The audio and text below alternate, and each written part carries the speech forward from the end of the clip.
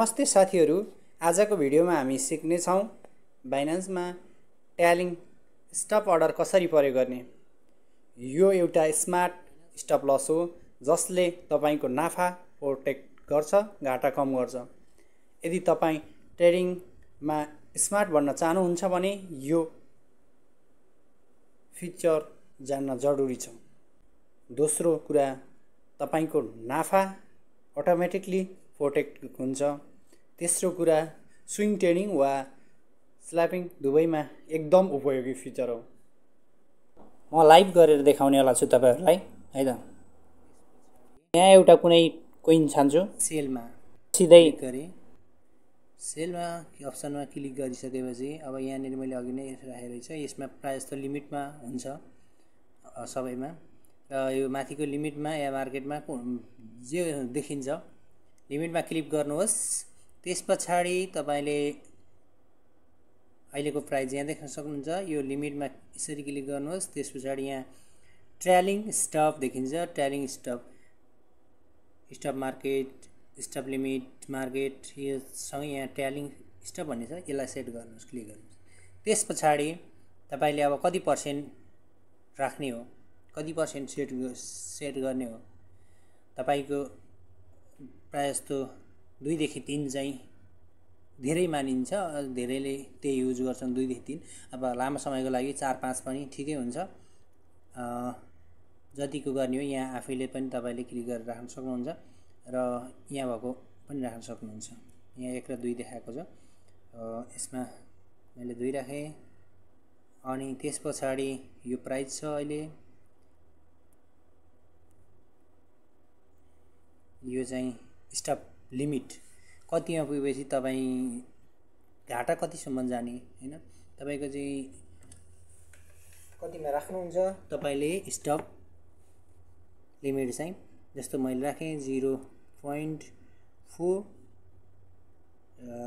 यहाँ अहिलेको live price भनेको चाहिँ 435 छ भने अब यसलाई मैले 30 मा आएपछि म यो अटोमेटिक सेल गर्न हुने सेट गर्छु भनेर मैले यसरी क्लिक गर्दै 30 मा अब कति मसँग भएको सबै टोकन चाहिँ मैले त्यहाँ राख्दिएँ। त्यसपछि मसँग भएको सबै कोइनहरु सेट गर्दिएँ। त्यसपछि अब कतिबाट चाहिँ एक्टिभ हुने, एक्टिभेसन प्राइस जुन अब यो 2% ले प्रॉफिट हुँदै जाने चाहिँ कतिमा पुगेपछि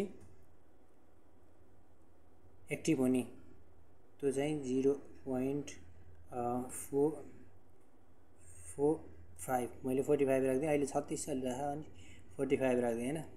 अब यसलाई मैले ट्र्याक यहाँ क्लिक गर्दिएँ सेल युजमा। अब के हुन्छ, अब यहाँ देखाए ट्रेलिङ स्टप सेल अहिलेको डेट देखाएको छ। अब यो पुगिसकेपछि 45 मा पुगिसकेपछि यहाँ ग्रीन टिक लाग्छ।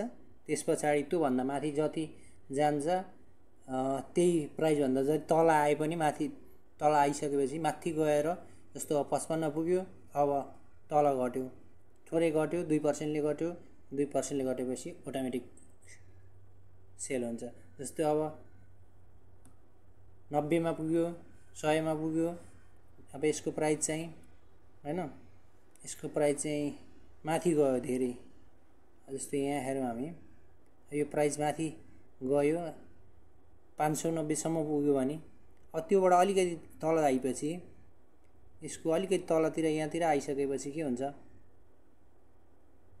2% ले अलिकति 2% तल झर्दाखेरि त थोरै झर्छ, यहाँतिर झर्छ, तपाईको सेल हुन्छ।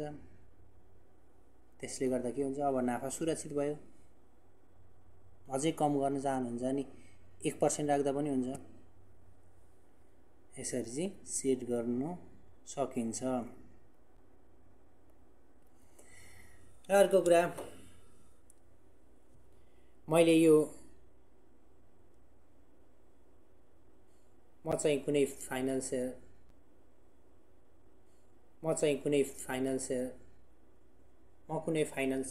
एडभाइजर होइन, तर मैले यो चाहिँ जस्ट एजुकेसन पर्पजको लागि मात्रै बनाएको। I am not financial adviser. Just आशा छ यो भिडियो चाहिँ तपाईलाई सिक्न सहयोग गर्यो। यदि तपाईँ क्रिप्टो सिक्दै हुनुहुन्छ भने यो च्यानललाई सब्स्क्राइब गरिदिनुहोस् र लाइक गर्न नभुल्नुहोला। कमेन्टमा लेख्नुहोस् तपाईँ अर्को भिडियो टपिकमा चाहिँ के सिक्न चाहनुहुन्छ, कुन सिक्न चाहनुहुन्छ। धन्यवाद।